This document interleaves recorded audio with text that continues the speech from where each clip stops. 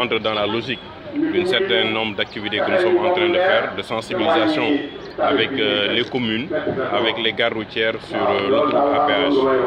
Vous savez que depuis le début, avec le décès de Papis Kolongal, nous avons mené beaucoup d'actions et dans ce cadre, nous avons eu l'accompagnement de la fondation Erlich Bol qui travaille beaucoup dans le cadre de l'environnement et qui s'est allié avec le collectif pour qu'on puisse discuter avec les communes impactées par l'autoroute à péage, mais aussi les acteurs que sont les chauffeurs, les transporteurs, les taximans, des coûts excessifs de l'autoroute à péage pour qu'ils puissent comprendre non seulement pourquoi l'autoroute est chère, comment le contrat a été fait entre l'État du Sénégal et FH et qu'est-ce que nous devons faire pour baisser les prix.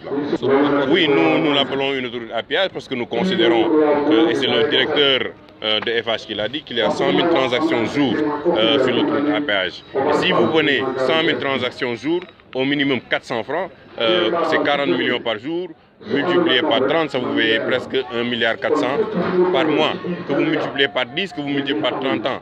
Donc ça fait énormément de ressources pour une société qui a presque donné que 17%. Donc il y a aujourd'hui un travail de sensibilisation à faire au niveau de commune, mais aussi avec les acteurs des autoroutiers qui paient excessivement cher sur l'autoroute à péage pour non seulement participer dans la sécurité, participer aussi à faire de l'autoroute à péage quelque chose, un outil pour les communes, parce qu'aucune commune ne reçoit aujourd'hui les retombées de l'autoroute à péage. Nous étions à Dalifort, mais avec tout ce que l'autoroute cause comme impact et difficulté pour Dalifort, ils n'ont pas aujourd'hui des revenus qui reviennent de l'autoroute à péage.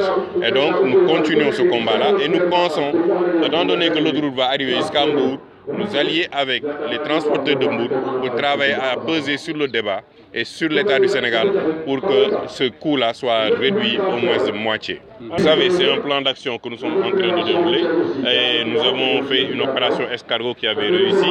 Cette fois-ci, nous allons vers une mobilisation plus large avec les populations, mais surtout avec tous les acteurs du transport pour avoir une grande mobilisation et montrer à l'État que cette décision a été prise de se battre pour que les prix du tarif soient baissés.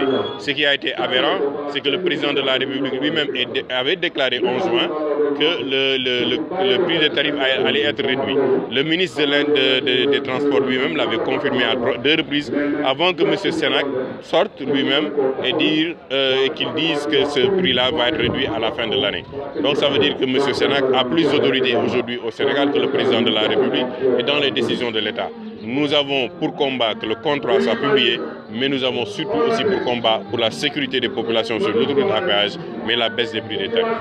Pour que vous puissiez travailler vous-même en tant que journaliste, il faut un contrat, il faut que c'est quelque chose qui vous lie avec la personne pour qu'on puisse savoir dans quelles conditions vous allez travailler, quelles sont les retombées, si vous allez avoir une assurance, si vous l'avez partout, vous devez avoir un contrat. Donc pourquoi le contrat entre FH et l'État du Sénégal n'est pas publié? C'est à partir du contrat qu'on pourra discuter des conditions des retombées pour les Sénégalais sur l'autoroute à péage.